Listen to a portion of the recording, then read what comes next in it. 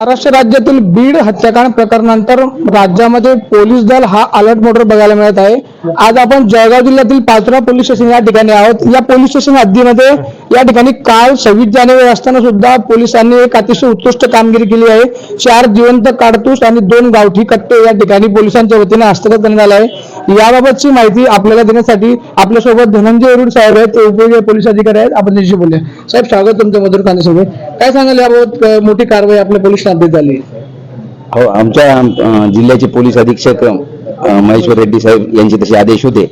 त्या आदेशान्वये आम्ही पाचोरा पोलीस स्टेशनचे पीआय आणि त्यांचा स्टाफ वगैरे यांनी गोपनीयरित्या माहिती काढून त्या ठिकाणची कारवाई केलेली आहे। कुठे मोठा घातपात होण्याची शक्यता होती का, असं काही आपल्या कानावर आलंय का? आता त्याला अटक करण्यात आलेलं आहे, त्याचा आम्ही पीसीआर घेऊन तो तपास करणार आहे।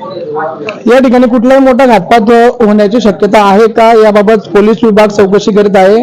यानंतरचे अनेक किस्से आपल्या जळगाव जिल्ह्यात झाले, जसं भुसावळमध्ये देखील हवेत गोळीबार, अनेक हत्या झालेल्या आहेत। कुठल्याही प्रकारचे हत्याकांड होऊ नये यासाठी पोलीस विभागाच्या वतीने दक्षता बाळगण्यात आली आहे। पाचोरा पोलीस स्टेशनचे पीआय अशोक पवार आणि त्यांचे सहकारी यांना गोपनीय बातमी मिळालेली होती की ते अरबाज खान नावाचा एक इसम आहे, त्याच्याकडं गावठी कट्टे आहेत इलिगली, म्हणून त्यांनी गोपनीयरित्या माहिती काढून काल दारगाव चौफुली या ठिकाणी सापळा रचला असता त्या ठिकाणी तो 2 गावठी कट्ट्यासह आणि 4 जिवंत काडतुसासह मिळून आलेला आहे। ते त्याच्या ताब्यातून जप्त करण्यात आलेले आहेत, त्याच्यावर गुन्हा दाखल करण्यात आलेला आहे, त्याला अटक करण्यात आलेली आहे।